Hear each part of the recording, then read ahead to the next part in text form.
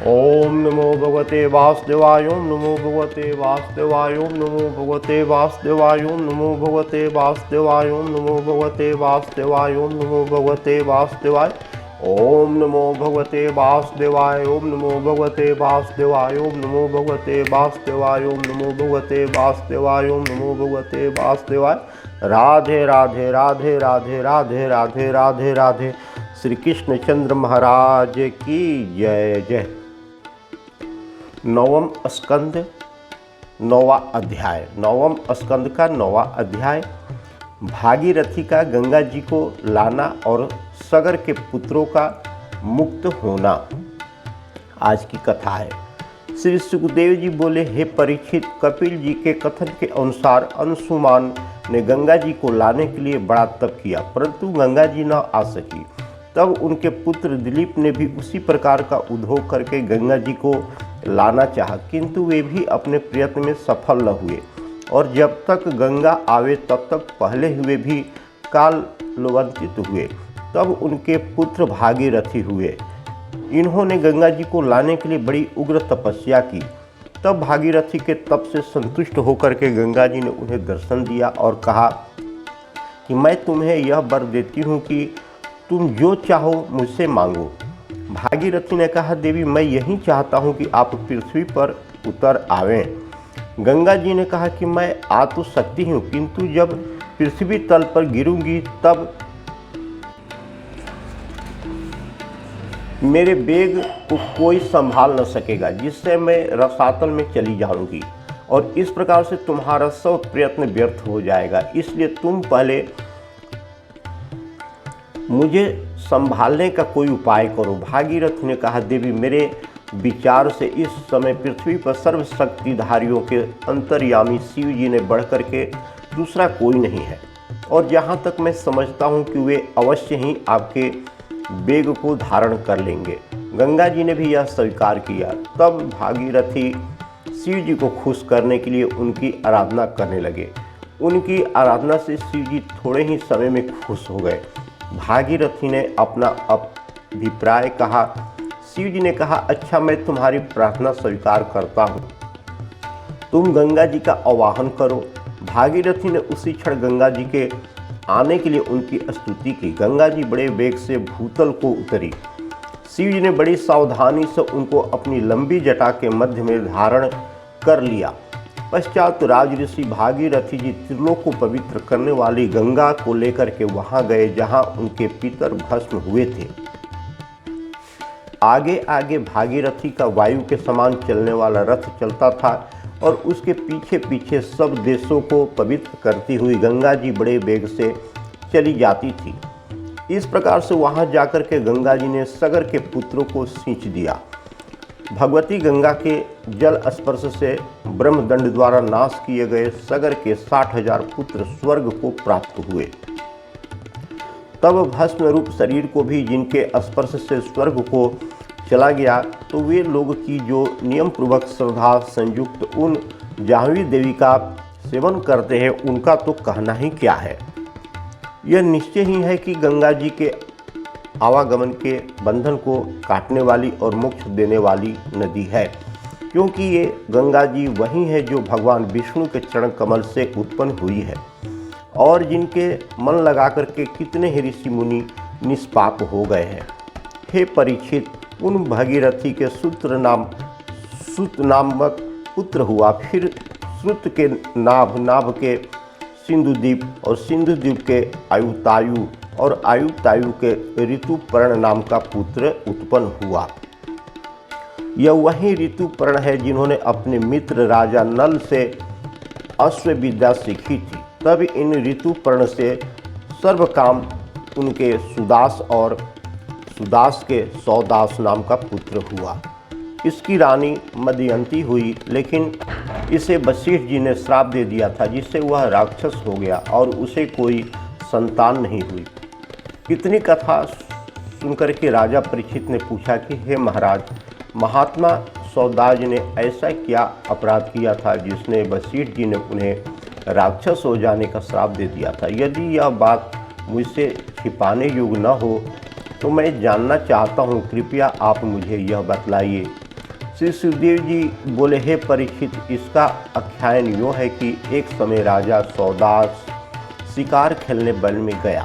वहाँ उसने एक राक्षस को मार डाला, परंतु उसके भाई को नहीं मारा। इससे उसके भाई ने कुपित होकर के राजा से बदला चुकाने के अभिप्राय से अवसर ढूंढने लगा। जब कोई दूसरी युक्ति न सूझी तो वह ब्राह्मण का भेष धारण करके राजा के घर में जाकर के रसोइये का काम धंधा करने लगा। एक दिन अवसर पाकर के उसने रसोई में मांस पका लिया और जब वशिष्ठ जी भोजन करने बैठे तो मांस ला करके उनके आगे परोस दिया। वशिष्ठ जी समझ गए, इससे इन्होंने राजा के कुप्रबंध को समझ करके उन्हें श्राप दे दिया कि इस कर्म से तू राक्षस हो जा। परंतु जब वशिष्ठ जी ने जाना कि इसमें राजा का कुछ भी दोष नहीं है, राक्षस ने धोखा दिया है, तब उन्होंने यत्न कर अपने उस श्राप को निवारण केवल 12 वर्षों के लिए रखा। उधर राजा सौदास को गुरु के अकारण श्राप से जो क्रोध हुआ था, उन्होंने भी अंजलि में जल लेकर के गुरु को श्राप देना चाहा, किंतु उसकी रानी मदयंती ने उसे वैसा करने से रोक दिया। तब राजा ने उस भयंकर श्राप के जल को अपने पैरों पर डाल दिया, क्योंकि उन्होंने समझा कि यह जो अस्थावर या जंगम जगत है, ये सब दिशाएं आकाश पृथ्वी सहित सर्व जीवमय है, अतः यह जल जहाँ भी छोड़ा जाएगा वहाँ के जीवों का नाश हो जाएगा। इस कारण उन्होंने उस जल को अपने ही पाँव पर छोड़ लिया। जल का छोड़ना था कि राजा सौदास का पाँव काला हो गया और वे राक्षस हो गए। तब मित्र रूप स्त्री का कहना मानने के कारण उनका नाम मित्रसह पड़ गया। बाद में गुरु के श्राप से राक्षस होकर के वह राजा वन वन घूमने लगा। एक दिन उसने वन में एक ब्राह्मण को अपनी स्त्री के साथ भोग करते हुए देखा।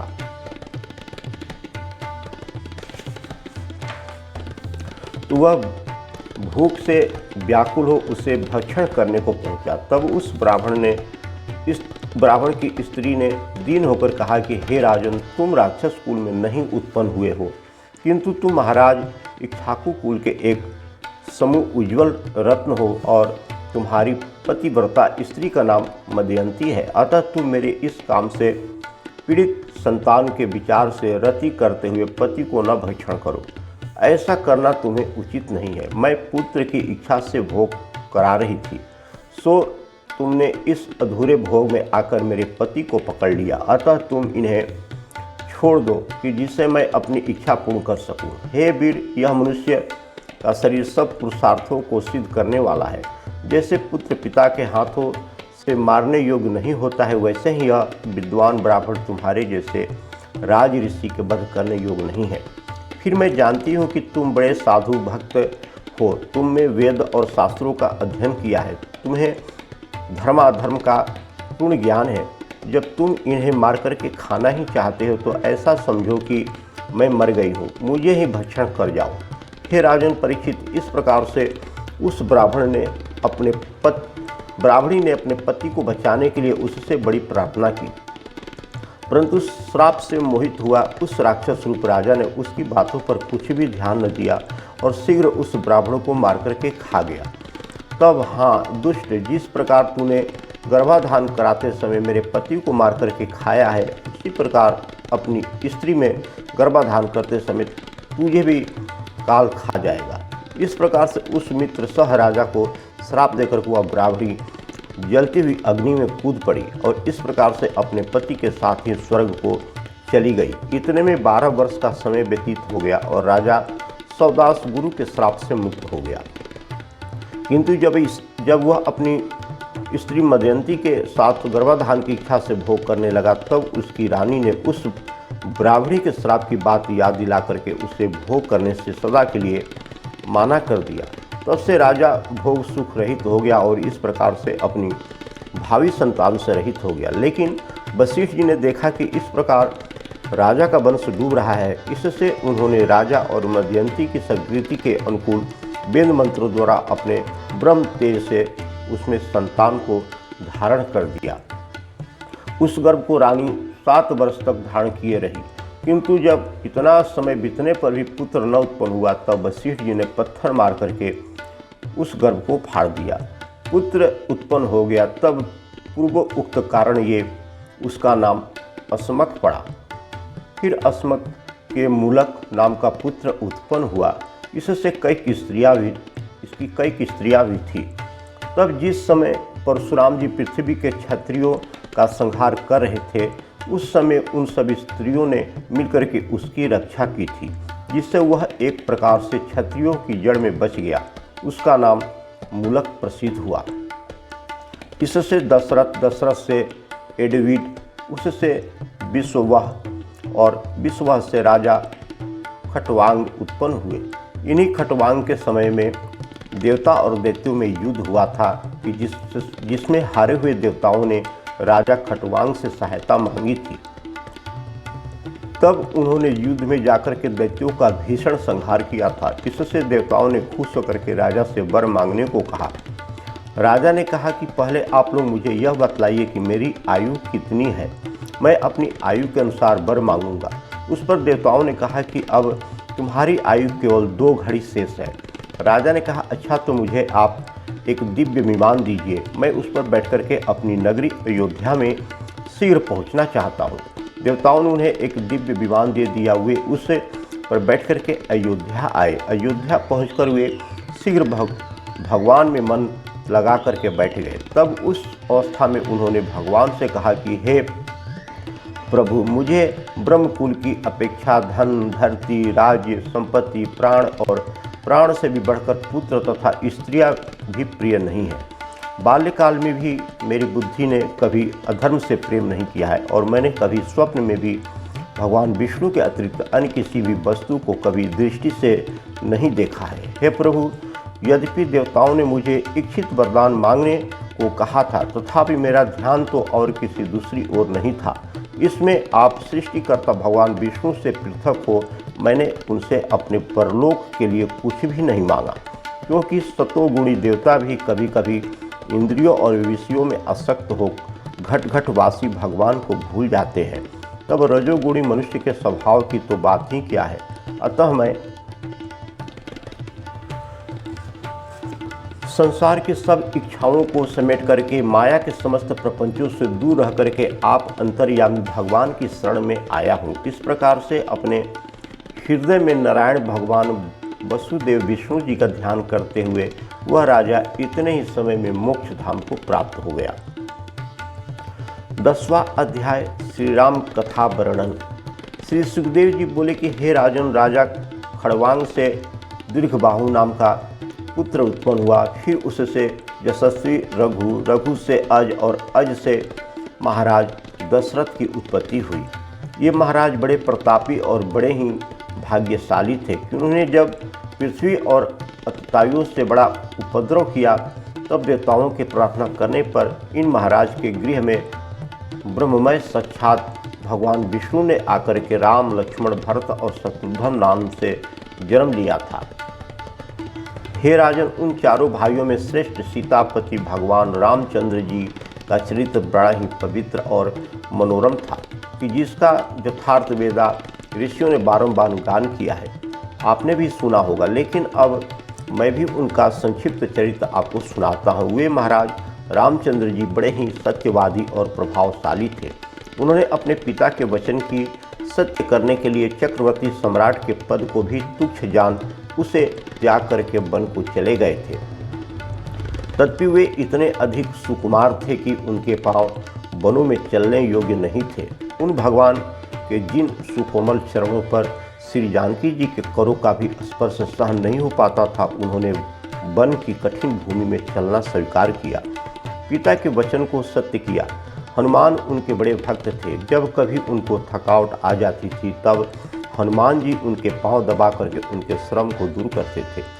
तब वन में जाने पर रावण की बहन सुपर्णखा ने उनके पास पहुंच करके विवाह करने की कहा, किंतु जनक दुलारी सीता के रहते उन्हें विवाह की आवश्यकता ही क्या थी। इससे उन्होंने लक्ष्मण को संकेत कर सुपर्णखा के नाक कान भंग करा दिया। उससे क्रोधित होकर के राक्षस राज रावण उनकी प्यारी सीता को हर ले गया। रामचंद्र रावण को मारने चले, लेकिन बीच में समुद्र बाधक बना। रामचंद्र कुपित हो गए, समुद्र भयभीत हो गया। फिर तो उन्होंने समुद्र पार कर लंका के दुष्ट रावण इत्यादि को उसी प्रकार से भस्म कर दिया जैसे कि देवा अग्नि वन को भस्म कर देता है। जब वे अपने बल्या काल में महर्षि विश्वामित्र के यज्ञ में आए थे, तब उन्होंने लक्ष्मण को बैठा करके उनके देखते अकेले ही मारीच इत्यादि बड़े बड़े निशाचरों को भस्म कर दिया था। फिर जब वे सीता के स्वयंवर में गए तो उन्होंने शिव के उस विशाल धनुष को, जिसे 300 योद्धा एक साथ मिलकर के वहाँ उठा करके लाए थे, उसे अकेले ही अपने धनुष की उस प्रत्यंचा पर चढ़ाकर वैसे ही तोड़ डाला था जैसे हाथी का बच्चा अपने खेल में ईंख के डंठल को तोड़ डालता है। जब वे रामचंद्र जी सीता को जीत करके वहाँ से जा रहे थे, उसी समय मार्ग में उन्हें परम क्रोधी वीर परशुराम जी मिले, जिन्होंने अपने धनुष बाण से 21 बार पृथ्वी को क्षत्रियों से वीर विहीन कर दिया था। परंतु उन परम तेजस्वी परशुराम जी को भी नतमस्तक करके ही श्री राम जी ने छोड़ा। तथापि उनके पिता दशरथ थे, स्त्री सेवी थे। तथापि जब उन्होंने रामचंद्र जी ने देखा कि अब तो ये दशरथ जी सत्य के बंधन में बंध गए हैं, तब उन्होंने अपनी भार्या सहित उनकी आज्ञा को सिर पर धारण करके समस्त राजलक्ष्मी प्रेमियों मित्रों आदि सबको उसी प्रकार से त्याग दिया जैसे कि वेश्यासक्त पुरुष अपने प्राणों को छोड़ देता है। उन रामचंद्र जी ने रावण की बहन सुपर्णखा के रूप को बिगाड़ दिया था, क्योंकि वह महा अशुद्ध बुद्धि वाली थी और स्वेच्छा से रूप धारण करने वाली थी तथा सीता को मारने के भाव से वहाँ वन में उनके पास आई हुई थी। उन रामचंद्र जी ने अपने अलंघ्य धनुष को हाथ में लेकर के खर, त्रिशरा और दूषण इत्यादि 14,000 राक्षसों को उनके बंधुओं सहित मार डाला था तथा उस प्रकार बहुत कष्ट के साथ उन्होंने वन में रह करके अपने जीवन व्यतीत किए थे। तब सीता के वृत्तांत को सुनकर के जब प्रज्वलित कामदेव वाले रावण ने अपने मामा मारीच को अद्भुत मृग बना करके भेजा और जब रामचंद्र जी ने अपने आश्रम से दूर जाकर उसके कपट को पहचाना तो उन्होंने शीघ्र ही उसे अपने एक ही बाण से वैसे ही मार डाला जैसे शिव जी ने दक्ष को मारा। जब निशाचर नीच रावण वन से भेड़िए के समान चोरी से सीता को हर लाया, तब उन रामचंद्र जी ने अपने प्रिया सीता के वियोग में भाई सहित दुखी होकर के स्त्री में प्रेम रखने वाले पुरुषों की दशा में प्रकट करते हुए वन में भ्रमण किया था और सीता रक्षण रूप जिन रामचंद्र जी का कर्तव्य था, जिसे स्वार्थी रावण ने नष्ट कर दिया था, उसे खोजते खोजते उन्हें मरणासन जटाऊ मिला। उन्होंने उसका अग्नि संस्कार किया और पुनः कबंध को मारा। बाद में इन्होंने वानरों से मित्रता करके बाली को मारा। जिन मनुज रूप रामचंद्र के चरण की पूजा ब्रह्मा और शिव आदि भी किया करते हैं, जो साक्षात भगवान होकर के पृथ्वी का भार उतारने के लिए अवतार धारण किए थे। उन्होंने जब वानरों द्वारा सीता का पता लगाया तो वे बड़े बड़े वानरों की सेना को साथ लेकर के समुद्र तट पर गए। क्रोध युक्त नेत्रों की लीला से चलाए हुए कटाक्ष के पड़ने पर समुद्र के नग्र मगर आदि घबरा गए और जिनके भय से भयभीत समुद्र अपने सिर पर पूजन की सामग्री लिए उनके पास आया और इस प्रकार से बोला कि हे भूमन, मेरे जैसे जड़ बुद्धि वाले आप त्रिलोक के स्वामी को क्या जानेंगे, किंतु यथार्थ में आप उन सब गुणों के धाम और अपने सत्व गुण से देवताओं के समूह, रजोगुण से प्रजापतियों को तथा तमोगुण से रुद्र आदि गुणों के उत्पन्न किए हुए हैं। सो हे प्रभु, ऐसे आपको मैं समझ गया। अब आप प्रसन्नतापूर्वक मेरे सिर पर पाँव रह करके इस अलंघ्य समुद्र को पार करके विश्रवा महर्षि के मूत्र रूप त्रिलोक को क्रोधित करने वाले रावण को जाकर के मारिए, जिससे आपकी प्रिया सीता का हरण कर लिया है। हे वीर, इस प्रकार से जब आप अपनी प्रिया सीता को जाकर के जल्द ही प्राप्त कीजिए, किंतु ऐसे नहीं, आप मुझ पर पुल बंधवा दीजिए, इससे आपका यश फैलेगा, क्योंकि दिग्विजय करने वाले राजा लोग यहाँ आकर के आपके यश को गाएंगे। हे परीक्षित, समुद्र के ऐसा कहने पर रामचंद्र जी ने समुद्र में पुल बंधवाने के लिए वानरों को आज्ञा दे दी। बड़े बड़े वानर दूर दूर के वृक्ष, पर्वत, शिखर को ला करके समुद्र में डालने लगे और उन्हें ले लेकर के परम शिल्पकार नल नील समुद्र में पुल बांधने लगे। बहुत ही जल्द इतने विशाल सागर के ऊपर रामचंद्र जी ने पुल बंधवा लिया। फिर तो हनुमान द्वारा जलाई हुई लंका पर रामचंद्र जी ने शीघ्र ही आक्रमण कर दिया और जैसे जैसे विभीषण ने बतलाया था उसी क्रम से उन्होंने लंका नगरी को घेर लिया। बड़े बड़े वानर लंका के क्रीड़ा स्थल, कोटे, कोषद्वार, पुरद्वार, सभा, धजे और चिड़िया खाना आदि को जाकर के घेर लिए और इस प्रकार से उन्होंने रावण के चबूतरा, ध्वजा, सुवर्ण के कलश और चौराहों को तोड़ डाला। फिर तो क्षण मात्र में ही लंका की वह दशा हो गई जो हाथियों के समूह द्वारा मथी हुई नदी की होती है। इस प्रकार रावण ने कुपित होकर के निकुंभ, कुंभ, धूमाक्ष, द्रुमुख, सुरांतक, नरांतक, प्रहस्त, अतिकाय और विकंपन इत्यादि सब पुत्रों और अनुचरों को भाई कुंभकर्ण सहित उनसे युद्ध करने के लिए भेजा। इधर रामचंद्र जी भी अपने भाई लक्ष्मण के साथ सुग्रीव, हनुमान, नल, नील, अंगद, जामवंत और पनस इत्यादि भालुओं और वानरों को साथ लेकर के उन नाना प्रकार के शस्त्रों से सुसज्जित राक्षसों का सामना किया। वे दुर्गम राक्षस अंगद, सुग्रीव इत्यादि से भिड़ करके भीषण युद्ध करने लगे। उस समय उन रामचंद्र जी की वानरी सेना ने बड़ी वीरता दिखलाई और क्षण मात्र में ही कितने राक्षसों को मार काट कर ढेर लगा दिया। इतने में जब रावण ने देखा कि मेरी सेना नष्ट हो रही है, तब वह भी क्रुद्ध होकर के अपने वेगशाली रथ पर बैठ कर के रामचंद्र जी से युद्ध करने लगा। वह अपने तीक्ष्ण बाणों से राम जी को मारने लगा। तब रामचंद्र जी ने भी अपना स्वर्गीय रथ मंगवाया। उसी क्षण मातली रथ लेकर के आया। फिर तो रामचंद्र जी उस परम तेजस्वी रथ पर बैठ कर के राक्षसेंद्र रावण से युद्ध करने लगे। तब उन्होंने रावण से कहा कि हे राक्षसों में विष्ठा रूप, तूने कुत्ते के समान छिप करके मेरी प्यारी स्त्री का हरण क्यों किया? रे दुष्ट, अब मैं काल के समान आकर के तुम्हें उस पाप का फल अवश्य ही दूंगा। रे निर्लज, क्या तुझे ऐसा करते हुए लज्जा नहीं आई? इस प्रकार से परम क्रुद्ध होकर के रामचंद्र जी बारंबार रावण को धिक्कारते हुए उस पर अपने पैने पैने बाण मारने लगे। इसके वज्रवत प्रहार से उनका हृदय छिद गया। वह अपने समस्त शरीर और मुख से रुधिर बमन करता हुआ रथ से मूर्छित हो पृथ्वी पर रावण गिर गया। उसके कुटुंबी हाय हाय करने लगे। फिर तो उसी क्षण मंदोदरी सहित हजारों राक्षसियां घोर विलाप करती हुई लंका में निकल कर के युद्ध भूमि में आई और दीन होकर के लक्ष्मण के बाणों से मारे हुए अपने अपने पतियों से चिपट करके बड़े उच्च स्वर से रोने लगी और अपने ही हाथों से अपने शरीर को काटने लगी। वे विलाप करती हुई कह रही थी कि हे लोगों को रुलाने वाले नाथ रावण, अब तो तुम लंका में नहीं हो और शत्रु उसे पीड़ित कर रहे हैं। अब ये किसकी शरण में जाएं? हे महाभाग, आप काम के वश में होने के कारण सीता के तेज और समर्थ को नहीं जान सके, इससे आपकी यह दुर्दशा हुई है। हे कुल श्रेष्ठ, आपने लंका सहित हम लोगों को विधवा कर दिया। अब आपके शरीर को गिद्ध नोच रहे हैं और आपकी आत्मा नरकगामी हो रही है। हे परीक्षित, इसके बाद रामचंद्र जी की आज्ञा के अनुसार विभीषण ने शास्त्र कथित पितृ में विधान के अनुकूल अपने कुटुंबियों का यथाउचित अंतिम संस्कार किया।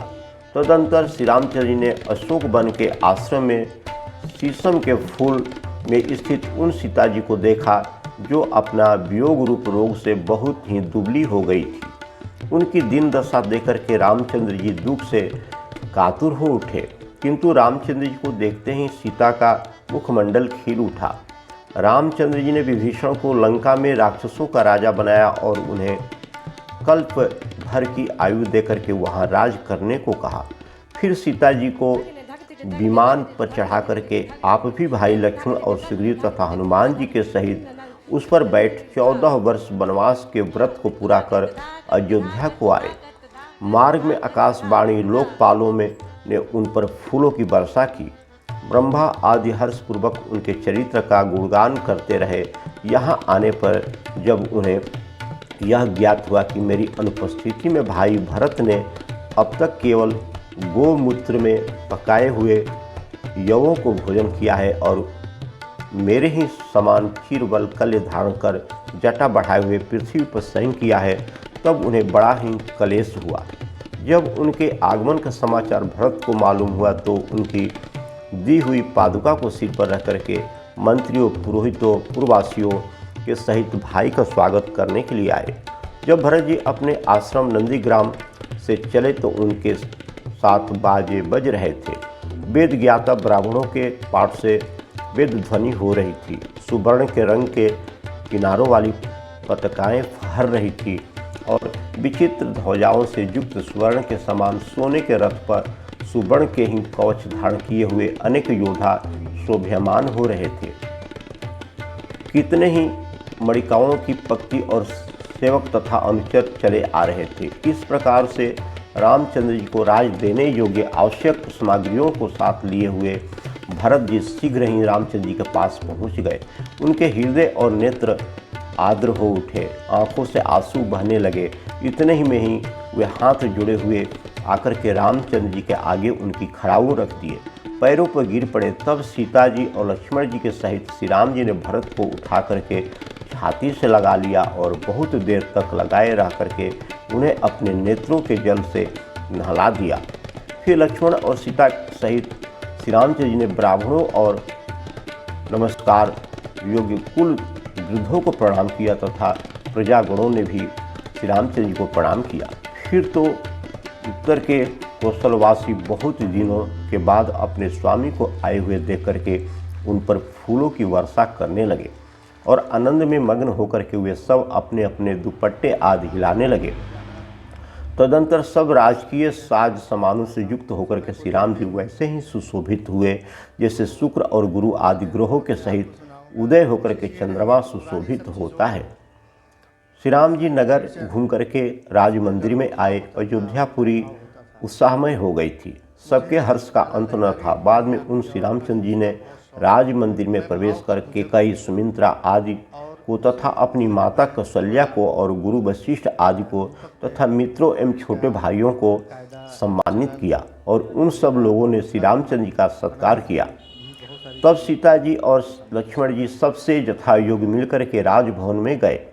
वहाँ अपने पुत्रों और प्रिय वधू सीता को पाकर के सब माताएं वैसे ही हास कर उठ पड़ी जैसे प्राणों को पाकर के शरीर उठ पड़ते हैं।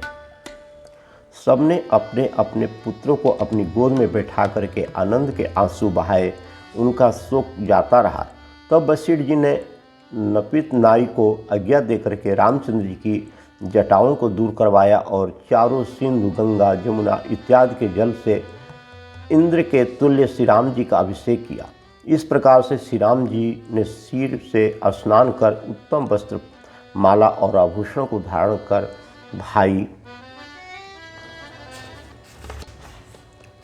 लक्ष्मण और सीता सहित परम शोभा को प्राप्त हुए। फिर भाई भरत ने पैरों पर पकड़कर उन्हें खुश किया और वे राज सिंहासन पर जा विराजमान हुए। फिर तो उन्होंने वर्णाश्रम धर्म के अनुकूल सब गुणों से युक्त अपने धर्म में तत्पर प्रजाओं का इस प्रकार से पालन किया जैसे पिता अपने पुत्रों का पालन करता है, तथा प्रजाओं ने भी उन्हें पिता के समान माना। इस प्रकार से जब सब प्राणियों को सुख देने वाले श्री रामचंद्र जी राजा हुए तब तथापि त्रेता का युग था, तथापि वह सतयुग के ही समान सुखकर जान पड़ा, क्योंकि उस समय वन, नदी, पर्वत, वर्ष, द्वीप और समुद्र ये सब प्रजाओं के मनोरथ पूर्ण करते थे। श्री राम जी के राज्य में कोई किसी भी प्रकार से दुख से दुखी न था। यहाँ तक कि बिना चाहे प्रजाओं की मृत्यु भी नहीं होती थी, क्योंकि श्री राम जी एक पत्नी व्रत को धारण करने वाले थे और उनमें सदैव पतिव्रता की विद्यमान रहती थी। तथापि उन्हें इस प्रकार से के गृहस्थ धर्म के पालन की आवश्यकता न थी, तथापि उन्होंने औरों को सिखाने के लिए ही उनका पूर्ण रूप से पालन किया था। उनकी धर्मपत्नी सीता परम सती थी और उनके चित्त की सब बातों को जानने वाली थी। उन्होंने पति का साथ जैसे अनुकूल प्रेम आचरण किया वैसा शायद किसी ने न किया हो। सीता जी की शीतलता, बुद्धिमत्ता और उनका लज्जा धर्म बहुत ही बढ़ चढ़ करके था, जिसको देख करके श्री रामचंद्र जी मुग्ध रहते थे। आज कथा यहीं समाप्त करते हैं। 11वां अध्याय कल होगा। सीता, वनवास और लौ कुश की उत्पत्ति का वर्णन कल कथा होगी।